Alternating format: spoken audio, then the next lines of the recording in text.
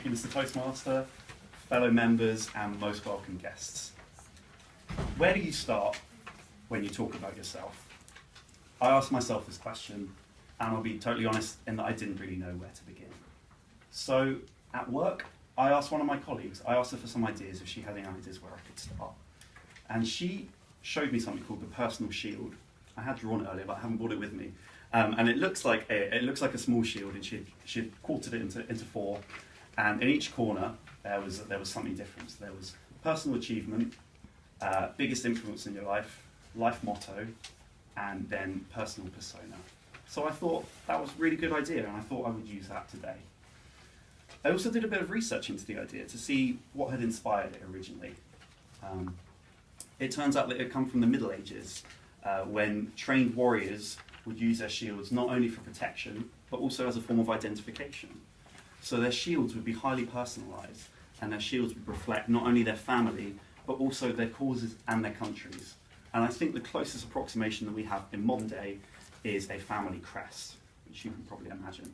So I'm going to use that as a structure for my speech today.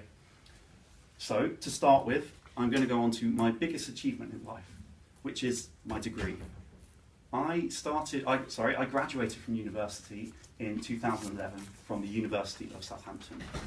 I studied English literature, but that was actually the culmination of about 4 years of uncertainty in my life. I had originally started university in 2007. That was the year that I had left school, and I went straight into university a couple of months later, and I studied French at Bristol. But I knew almost immediately that it wasn't right for me. It didn't feel right. I didn't really like the uni, and I didn't like the course. So I came to the painful decision of deciding to drop out. And the next year, I took an inadvertent gap year of sorts. So I was back in London, I was working, I was temping during that time. And it was a really difficult time for me. I didn't really know whether I wanted to go back to uni. I didn't know whether it was the right thing. And I was temping most of the time, so it was difficult for me. However, a year later, I went back to university and I started at Southampton. And I'm so glad I did, because I discovered a real love for my subject. As I said, I studied English literature, and it introduced me to so many new authors.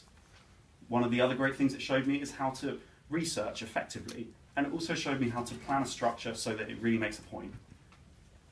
I would say these are both invaluable career skills, and I use them even to this day. It also taught me to write on what you love, because I think you're willing to give what you're interested in a bit more time. And I also think you'll think about it a bit more on your free time, and that's often when you come up with your best ideas when you're feeling relaxed. So that's one of my pro tips from uni. I'm delighted to say that I got a really good degree, and I graduated in 2011, and it was a real triumph for me. So I'm going to move on to my next section, which is biggest inspiration. So I am a really big gamer in my personal life, so I chose someone from that sphere. There's a Japanese game designer called Shigeru Miyamoto, and he is famous for having created Super Mario and Zelda, which you've probably heard of. One of the reasons that I really like him is because he doesn't just think as a designer, but he also thinks as a player.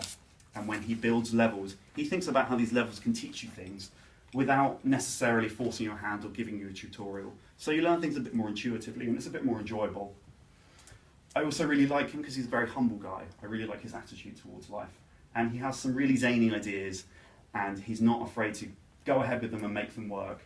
And to be quite frank, he doesn't really give a toss what people think, and that's one of my absolute favourite things about him.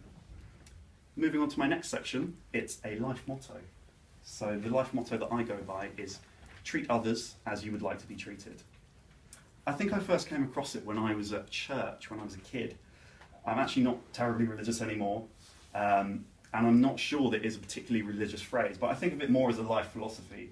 And one of the reasons that I really like it is it encourages you to be considerate towards others, and it encourages you to think about things from someone else's perspective, which I think is a wonderful thing. I can't say that I'm always successful in following it, but I do my best, and it's always at the back of my mind whenever I'm doing something. Bringing me towards my final section, which is personal persona. And for this, I chose to share with you a dream that I have. My dream when I left university was to be a journalist, and I temped for a while in finance while I tried to make that dream come true. Finance ended up becoming my real career, and I do actually write in my spare time. I do reviews of video games, music, and film. But the dream has evolved, and I would say my dream is now to be a scriptwriter.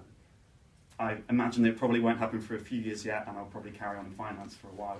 But I hope that in the next few years I'm able to do a screenwriting course and start to contribute towards film and TV. So, there you have it. That is my personal shield. I hope it's given you a bit of insight about where I've come from, some of my interests, and where I hope I go in life. Thank you all very much for listening, and I look forward to speaking to you all again.